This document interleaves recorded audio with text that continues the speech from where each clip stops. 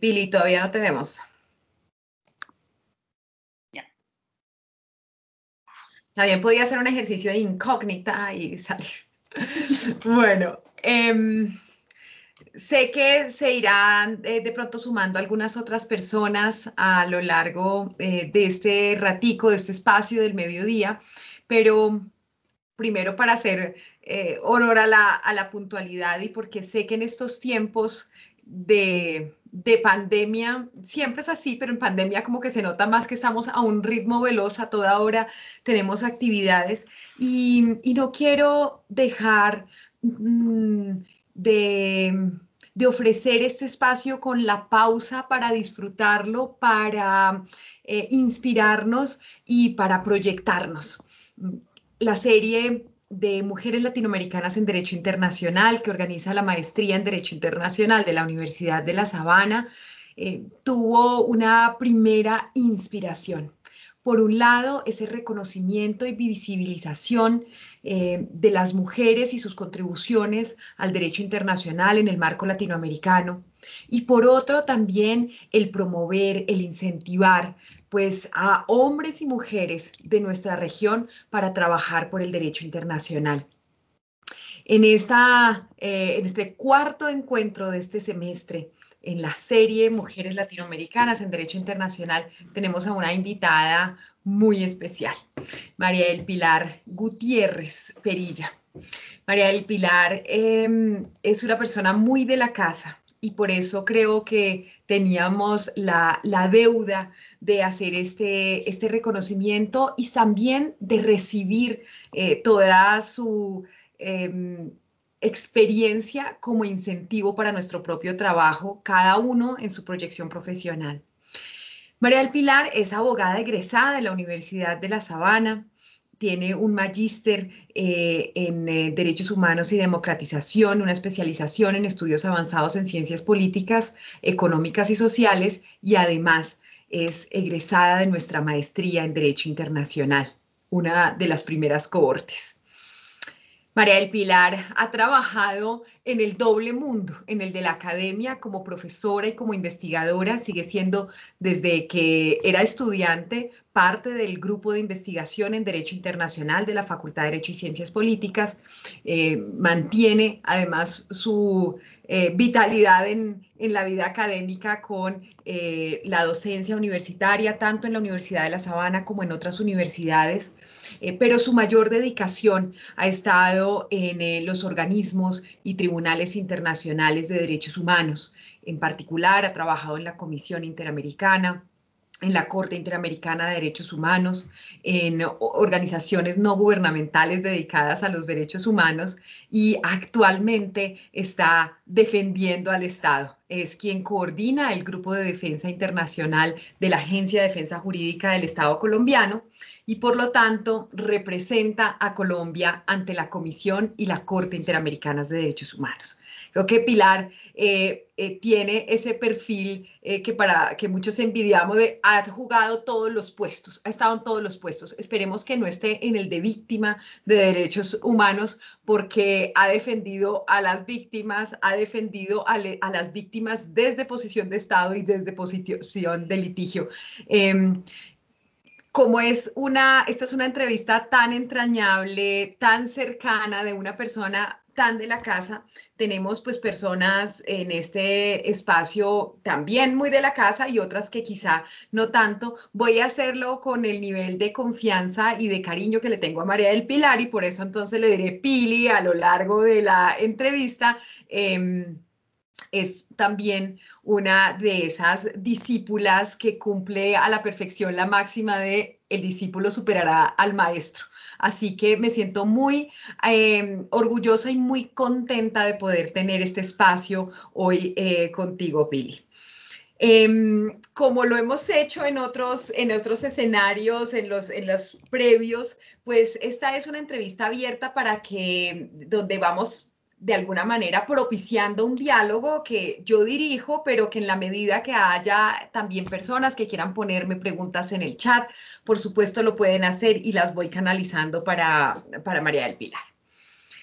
Pili, la inspiración de este espacio es visibilizar el trabajo de las mujeres en el derecho internacional con esa ilusión de dar ideas, perspectivas e incentivos a hombres y mujeres en toda Latinoamérica para trabajar por nuestro derecho internacional. Y siempre me gusta empezar por la pregunta, ¿cómo llega uno al derecho internacional? ¿Cómo llegó María del Pilar al derecho internacional? Porque muchas de las personas que hoy nos acompañan seguramente se han preguntado lo mismo, ¿cómo hacer para llegar a ser la representante de Colombia ante los organismos internacionales, los regionales más importantes que definen en buena medida el derecho también nacional? Pili, muchas gracias. Adelante. Bueno, pues muchas gracias también. Yo me siento muy, muy feliz de estar en este espacio. Para mí es todo un honor y una gran responsabilidad. La Sabana es mi casa. Yo quiero muchísimo a la Sabana y pues nada, espero poder aportar en este espacio tan bonito. Em, y pues nada, entonces nuevamente pues agradezco la invitación y bueno, la historia de cómo llegué al derecho internacional, digamos, desde sus orígenes. em, es bastante curiosa. Yo dije que quería, yo estudié música antes de estudiar derecho. Cuando yo decidí estudiar derecho, yo dije, yo quiero estudiar como algo como derecho internacional. Yo aún no sabía mucho qué era el derecho internacional, sin duda alguna. Em, un amigo me dijo, la Universidad de La Sabana es buena en derecho internacional y yo me presenté a la Universidad de La Sabana.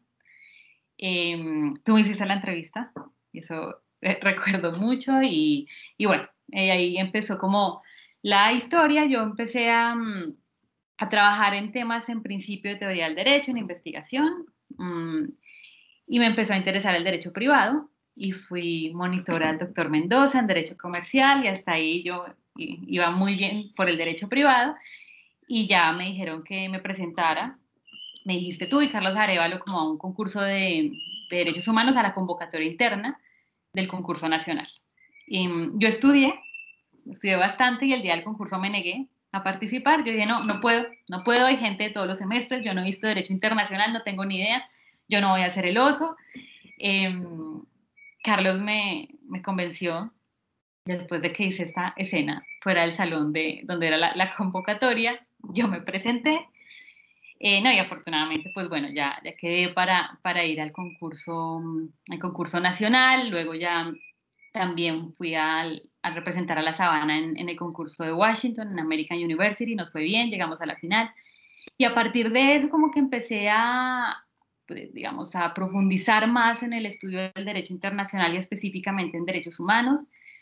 Seguí trabajando en el grupo, en el semillero de investigación de derechos humanos de la Universidad de La Sabana. Entonces, y fue una tarea súper enriquecedora porque en esa época, entre otros, estábamos haciendo como todo el análisis de cada una de las sentencias de la Corte Interamericana, identificando descriptores conceptuales. Bueno, era una tarea académica bastante interesante. Y luego de eso, pues ya fue la historia de la pasantía en la Corte Interamericana. Luego estuve en la Comisión Interamericana y de ahí en adelante, pues me dediqué al litigio internacional, primero en una organización no gubernamental y después ya en el Estado. Entonces esa fue como la manera en la que ingresé al derecho internacional y empecé a hacer también como contactos y conocí muchas personas muy interesantes también dedicadas al tema del derecho internacional y los derechos humanos.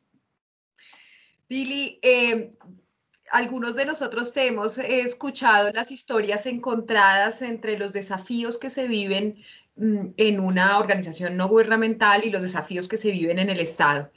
Y yo no tengo duda que en buena medida el superar esos retos institucionales y también como de visión del derecho internacional y de los derechos humanos, en tu caso ha tenido mucho que ver con esa capacidad de empatía que desarrollan las mujeres. Yo quisiera preguntarte, y lo pienso concretamente por los temas de víctimas, que seguramente es uno de los puntos que nos puedes compartir. Pero yo quisiera preguntarte por esos desafíos, desde la perspectiva de una abogada internacionalista en Latinoamérica, ¿cuáles han sido los mayores desafíos a los que te has enfrentado en relación con ese quehacer en el derecho internacional? ¿Y cómo has lidiado con ellos? Pues sí, en efecto, hay como diferentes desafíos. Cuando empecé a trabajar, mi primera experiencia como en terreno fue en la organización no gubernamental, ¿no? 2 días después de que empecé a trabajar en esta organización, me dijeron, usted tiene audiencia, Tribunal Administrativo de Cundinamarca, es un tema de despojo, más de 100 familias son las víctimas. Entonces yo llego al Tribunal Administrativo de Cundinamarca, veo que está Canal Capital, periodistas, gente protestando afuera, eh, y me encuentro con, ya están en terreno, o sea, más allá, ahí sí, del mundo de las ideas y de todo esto tan académico, ahí súper fuerte el litigio, las demandas de las víctimas, cómo buscar la reivindicación de esos terrenos. Era un tema de una urbanización que habían engañado a las personas que compraron los terrenos en esta urbanización, y había 100 familias que dependían de ese litigio. O sea, que habían metido toda su vida y sus ahorros y que lo único que tenían era ese terreno, ¿no? Entonces ahí empezaron como los retos muy, muy fuertes, que luego también, digamos, en muchas ocasiones tuvieron que ver con el hecho de ser mujer específicamente, porque cuando tuve que representar a víctimas en los procesos, porque representaba a nivel nacional e internacional, en los procesos a nivel nacional, claro, uno llega a los tribunales y preguntan, y me pareció varias veces, por ejemplo, no sé, en un caso de indígenas también en Tolima, yo llego al tribunal, yo tengo que representar a toda la comunidad indígena, que es una comunidad grande, por un tema de vida digna y viviendas. Está el magistrado, el secretario del magistrado, los abogados, bueno, la contraparte, la gobernación, estaba la gobernadora, el alcalde, etcétera, y preguntan, llego yo y me siento y preguntan, bueno, ¿y quién viene por parte de la comunidad? Digo yo. Me dicen, sí, pero ¿quién es el abogado?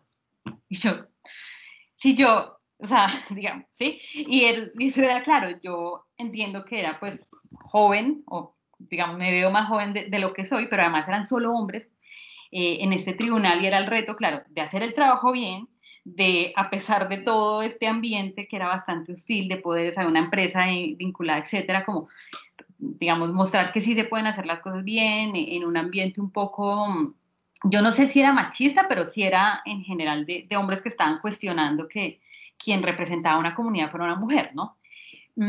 Y así pasó, digamos, en varias ocasiones, y era pues es bien difícil, ¿no?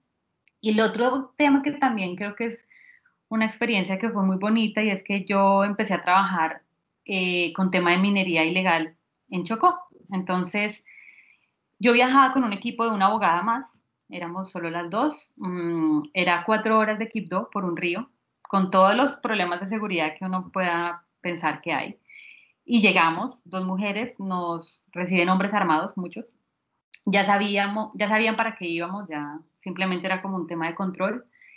Y en la comunidad, en efecto, los líderes comunitarios eran hombres. En general, allá quien tenía la vocería eran los hombres. Entonces, primero es difícil bueno, tenemos que ganarnos la confianza de ellos, que se han visto tan afectados por la presencia de gente externa a sus comunidades, pero además somos mujeres, entonces ahí hay otro tema, digamos, cultural o de cosmovisión de, bueno, una mujer me va a decir a mí qué hacer con mi comunidad, eso era otro reto. Y lo otro que vimos fue que ya, bueno, eso se fue trabajando y trabajamos muy bien con ellos. Y lo otro que conocí también en ese escenario fue una realidad muy diferente para mí, nueva para mí, ¿no? Era un lugar al que nunca hubiera podido llegar, es muy difícil llegar a ese lugar. Los temas de seguridad, el contexto es bastante difícil. En ese momento habían llegado dragas ilegales, todo el tema de minería ilegal con grupos armados al margen de la ley. Y la comunidad había roto su tejido social. Ellos no manejaban dinero. Yo nunca había ido a una población donde me dijera la gente, no, es que aquí no usábamos dinero, aquí era, intercambiábamos. Y para mí eso era, yo nunca había visto eso. Y lo que pasó fue que los grupos ilegales empezaron a ofrecerles dinero por su territorio. Ellos nunca habían manejado terreno, regalaron más o menos sus tierras, sus hijos se quedaron sin herencia, sin el territorio. Y, por ejemplo, las mujeres y las niñas empezaron a trabajar en prostitución y empezaron a irse hacia el Urabá. Y bueno, era una historia, digamos, bastante triste, pero lo que sí es bonito entre todo es que precisamente por esta empatía que teníamos también como mujeres, logramos trabajar muy bien con la comunidad, muy bien con las mujeres que también habían sido víctimas de todo este fenómeno, ¿no? Entonces eso era como, pues, uno de los retos, digamos. Y hay otro que ya tiene que ver con trabajando con el Estado, y es que No sé si es un tema latinoamericano, no sé, pero sí me pasó un par de veces que estando en escenarios en Washington, en la Organización de Estados Americanos, con varios estados, en estas mesas larguísimas, donde están todos los equipos diplomáticos de los estados, avanzando en discusiones sobre el sistema interamericano, litigio, etcétera, y pues yo tenía que ir y con el equipo del Estado colombiano, que era solo de hombres en ese momento, y me siento yo en la mesa, que es larguísima, 30, 40 personas, no sé, y me doy cuenta que soy la única mujer también. Y digo, bueno, soy muy afortunada, primero que todo soy muy afortunada, pero segundo, bueno, esto puede ser, estábamos en ese momento 6 países latinoamericanos, yo decía, puede ser un reflejo de Latinoamérica, tal vez, ¿no?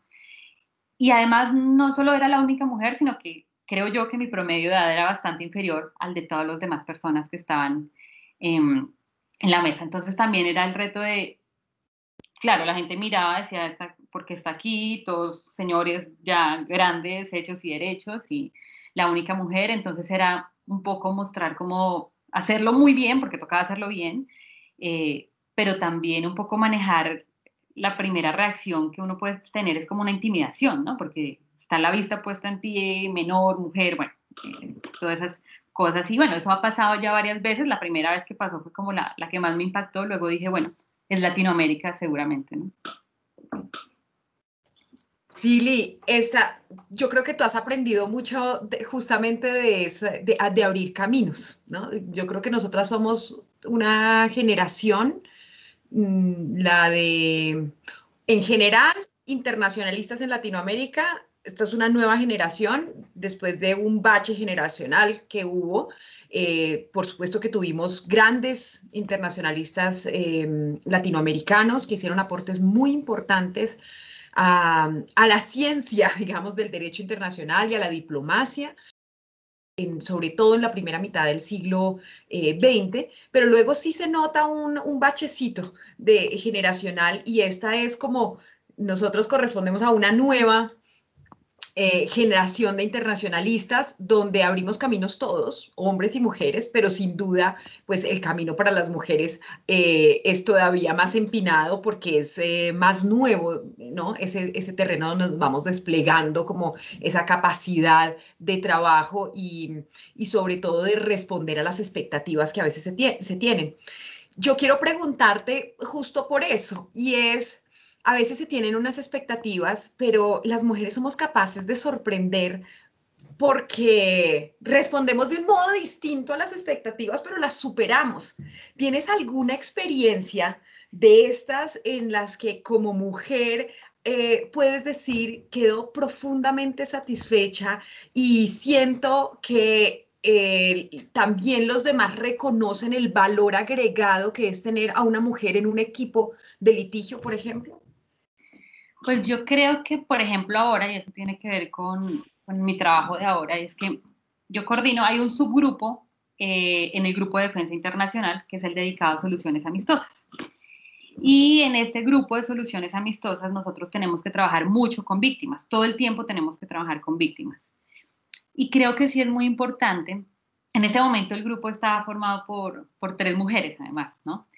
Y creo que eso ha sido muy importante en temas de empatía, de escuchar a las víctimas, de ver más allá de las palabras, porque creo que eso es muy importante. Cuando se hace un acuerdo de solución amistosa, más allá de que jurídicamente puede llegar a cerrarse el litigio, etcétera, lo más importante es satisfacer los intereses de las víctimas, violación a los derechos humanos que se generó.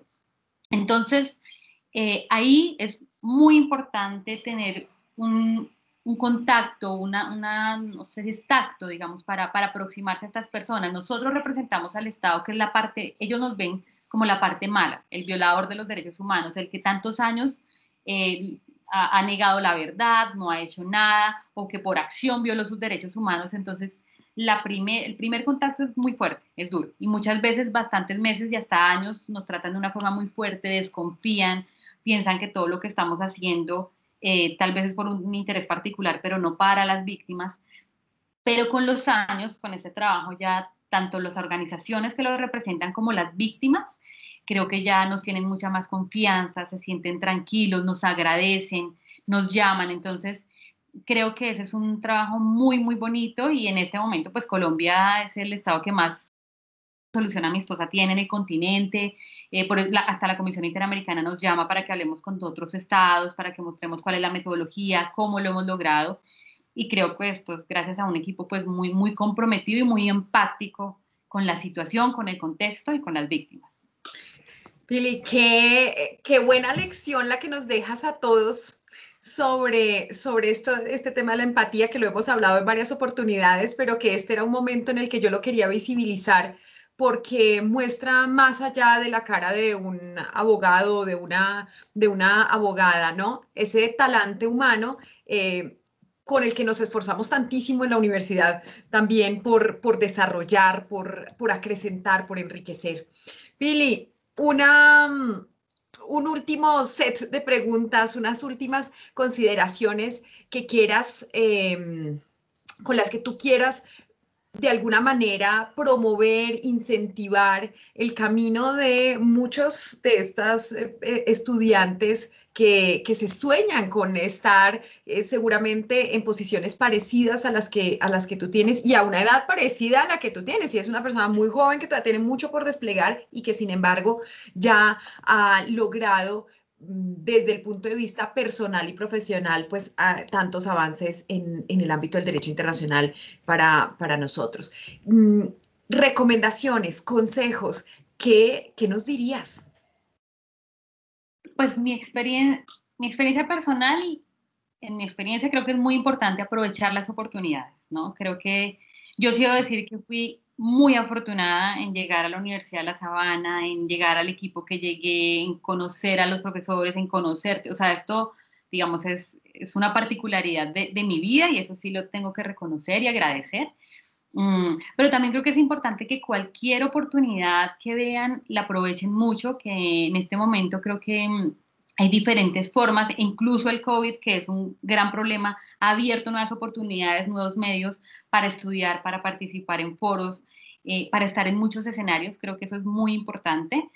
Mm, Creo que es muy importante todos los días dedicarle tiempo a la formación, a lo que sea, a la lectura que sea, lo que nos falta ese día todos los días un poquito y creo que ya uno con los años se va dando cuenta que eso contó. Ya después de 10 años de egresado, por lo menos uno dice, bueno, sí, ya se ve la diferencia de todos los días estar avanzando en lo que más quiero, en el tema que me gusta.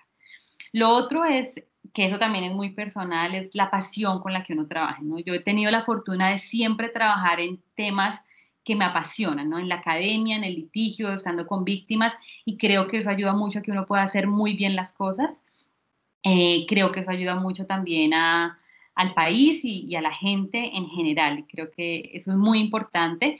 Y también el dar, ¿no? Nosotros, y creo que todos los que estamos aquí conectados somos muy afortunados y tenemos mucho que dar a la sociedad, tenemos mucho que dar al país y cualquier escenario creo que es muy importante desde el derecho internacional para aportar a los cambios que hay, ¿no? Uno se da cuenta incluso desde el litigio en derecho internacional como un litigio del caso colombiano puede cambiar el sistema interamericano, puede cambiar los estándares de la Corte Interamericana, puede generar efectos para las víctimas, efectos positivos para la reivindicación de los derechos humanos en el continente. Entonces creo que eso también es otro punto que me parece que es importante y finalmente uno que seguramente es muy obvio, pero eh, el viajar, conocer personas de otros lugares, hacer pasantías en otras partes, conocer visiones diferentes de la realidad del derecho internacional, creo que enriquece muchísimo, ¿no? Y cualquier oportunidad de ese tipo creo que se debe aprovechar.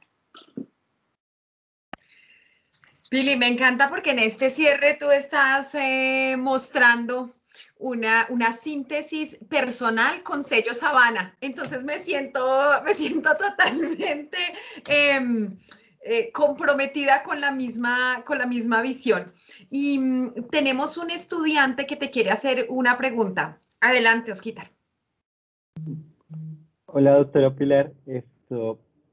Digamos que a mí siempre me ha llamado mucho la atención las funciones que la doctora Pilar ha ejercido. Yo tuve la oportunidad de tener a la profesora Pilar como profesora en, en lo que era la materia de método del caso. También, pues, a pesar de que estuvimos participando en moot courts diferentes, pues siempre estábamos en el escenario de los moot courts.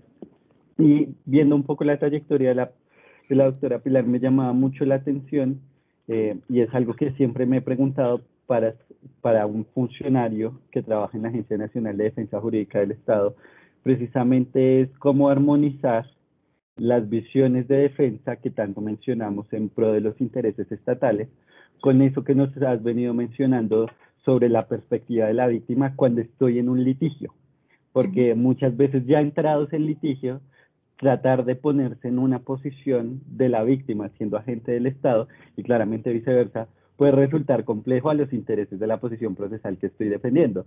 Entonces, pero por la sensibilidad creo que lo exige, pero pareciera muchas veces difícil de armonizar.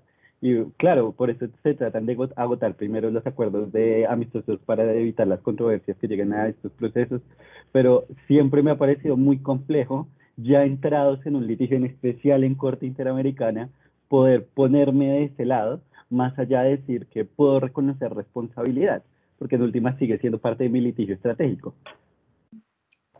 No, sí, tienes toda la razón. Muchas gracias por esa pregunta. En efecto, es bastante complejo.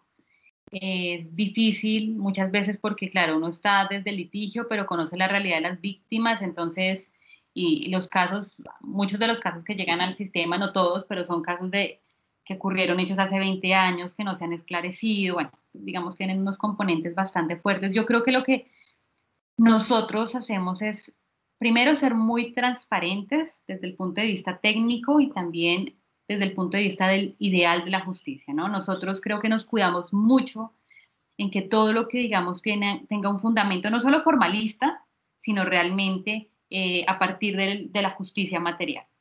Y eso creo que da un poco de tranquilidad. Lo otro es que en efecto, un punto que tú mencionabas, cuando nosotros vemos que de verdad el Estado ha cometido un ilícito internacional, reconocemos. Y creo que eso es un principio que siempre se ha defendido en la agencia y es tratar de hacer todo lo posible para que el litigio sea muy congruente, sea muy coherente. Trabajar con todas las entidades es un reto muy importante, ¿no? De explicarle a cada una de las entidades por qué en un caso concreto habría que reconocer responsabilidad internacional y cuáles son las implicaciones. Eso es un trabajo que ha hecho la agencia bastantes años y ya en este momento pues hay un diálogo mucho más fluido con las entidades. Y lo otro es saber siempre, y creo que es lo más importante, que estamos frente a víctimas de violaciones a los derechos humanos y así nosotros nos tenemos que comportar antes y en audiencia, ¿no? Nosotros tratamos de ser muy respetuosos, muy empáticos, incluso en cosas pequeñas como los interrogatorios que hacemos en las audiencias. Nosotros no hacemos un interrogatorio como un procesado penal, no, digamos, es otra cosa muy diferente, tratamos de no volver a recordar ciertos asuntos que no es necesario, hacer solo las preguntas que son necesarias, reconocer muy sinceramente la responsabilidad como apertura a todo el proceso y a todas las audiencias públicas. Entonces es siempre eso, ¿no? Tener mucho cuidado, teniendo en cuenta que estamos frente a víctimas de violaciones a los derechos humanos, que tenemos que hacer un trabajo técnico, pero también muy desde el punto de vista de la justicia material, más que, digamos, más que formalista, si se quiere. Pili, una última pregunta por los tiempos, porque sé que todos nos toca cuidar lo que María Paula Ramírez quiere hacerla. Adelante, María Paula. Gracias, doctora. Hola, María del Pilar, ¿cómo estás?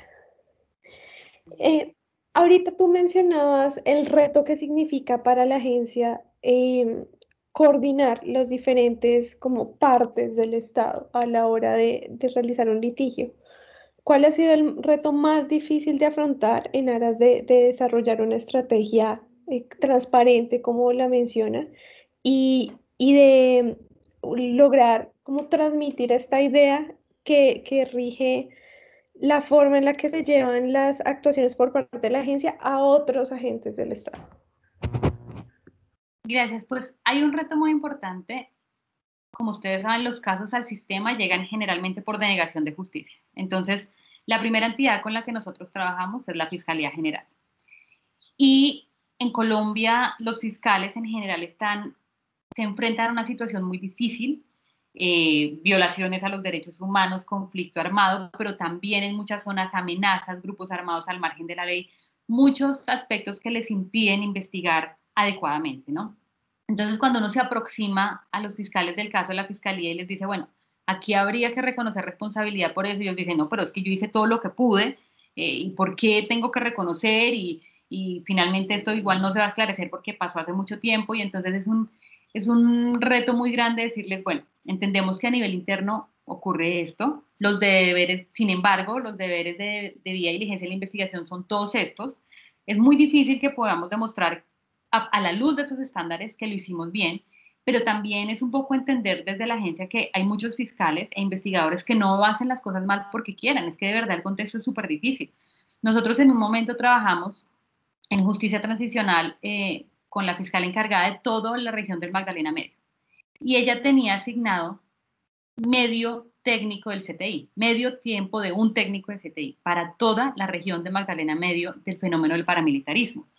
Y esta mujer lo hacía perfecto, es una persona excelente, de verdad.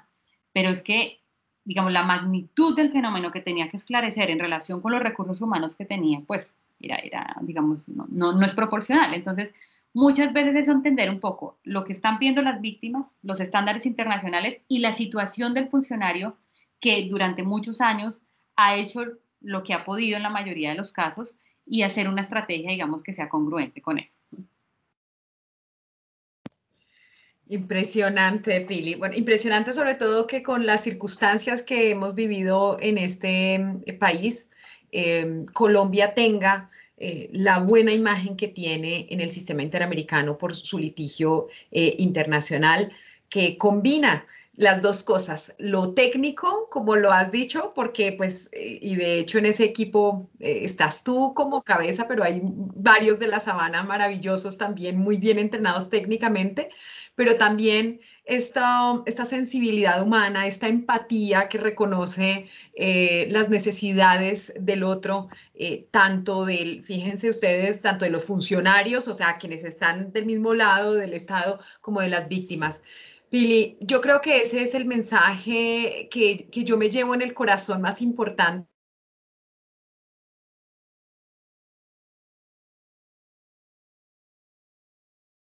día a esta entrevista abierta y ese es nuestro desafío, ese es el desafío de nuestro tiempo.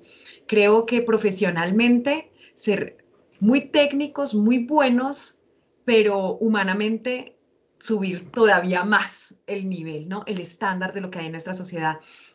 Pili, sabes lo mucho que te agradezco este espacio, lo muy orgullosa de verdad que me siento de cómo vas llevando esa bandera de la Universidad de La Sabana, de la Maestría en Derecho Internacional, abriendo caminos pues, a una escuela con la que hemos soñado justo con eso, con transformar positivamente nuestra sociedad desde lo que tenemos. Nuestra pasión y nuestra experticia en Derecho Internacional. Gracias de todo corazón y a todos los que nos acompañaron hoy. Gracias por acompañarnos, por su presencia, por su tiempo y por seguir alimentando el sueño de seguir construyendo esta Escuela de Formación en Derecho Internacional para Latinoamérica. Buen día. Muchas gracias, hasta luego. Gracias, doctora. Gracias. Muchas gracias, doctoras. Hasta luego. Gracias.